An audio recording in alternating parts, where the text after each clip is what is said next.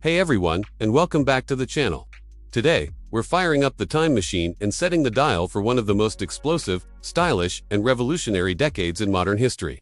Forget what you think you know from old black and white photos.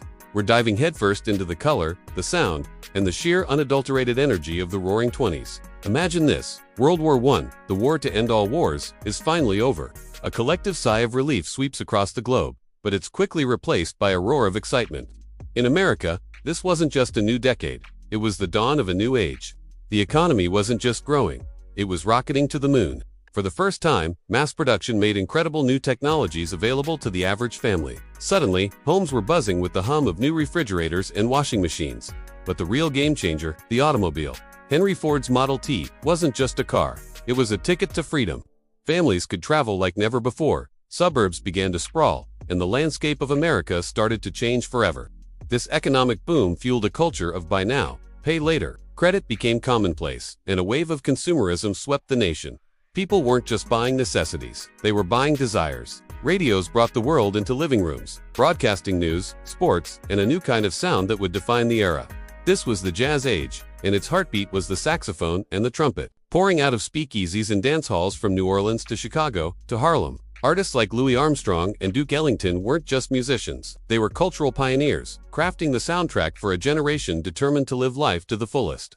Their improvisational, soulful melodies were a perfect match for the spontaneous, energetic spirit of the times. And who was dancing to this electrifying new music?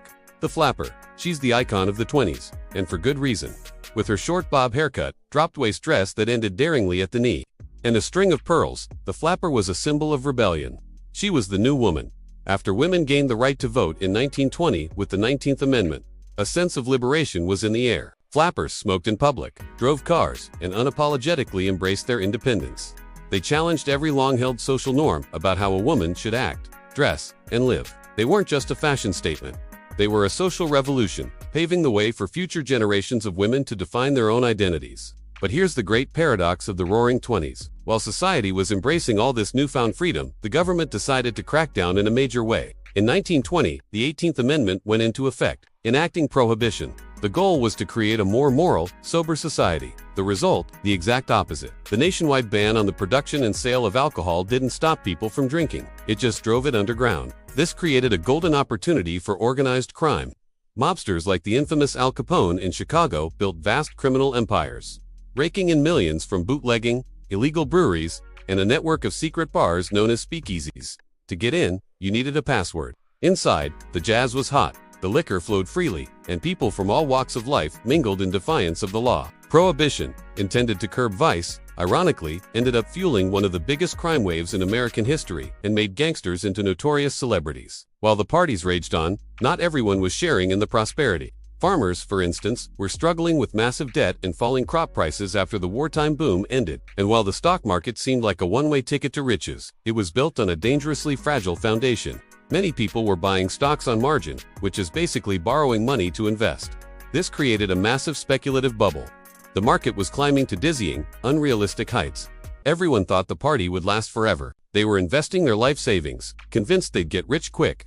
Financial experts and economists started to sound the alarm, pointing to the unstable credit system, the growing gap between the rich and the poor, and the overproduction in factories. But in the roar of the 20s, these warnings were just whispers, easily drowned out by the sound of the Charleston and the clinking of glasses in 1,000 speakeasies. The carefree spirit and explosive growth of the Roaring Twenties were like a magnificent firework display. It was brilliant, dazzling, and captured the imagination of the entire world. But every firework eventually burns out.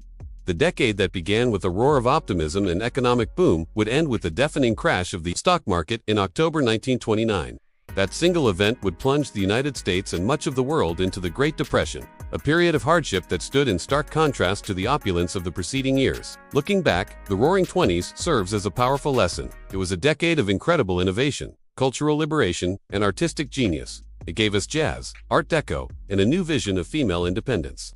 But it also teaches us about the dangers of unchecked speculation, the unintended consequences of policy, and the illusion that good times can last forever without a solid foundation. It was a wild, 10-year-long party, but the bill eventually came due.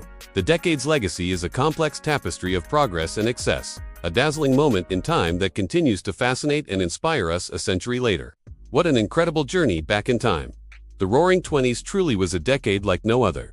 What part of the 1920s fascinates you the most? Is it the music, the fashion, or the drama of the speakeasies? Let me know down in the comments. If you enjoyed this trip through history, please hit that like button and subscribe to the channel for more deep dives into the stories that shaped our world. Thanks so much for watching, and I'll see you in the next video.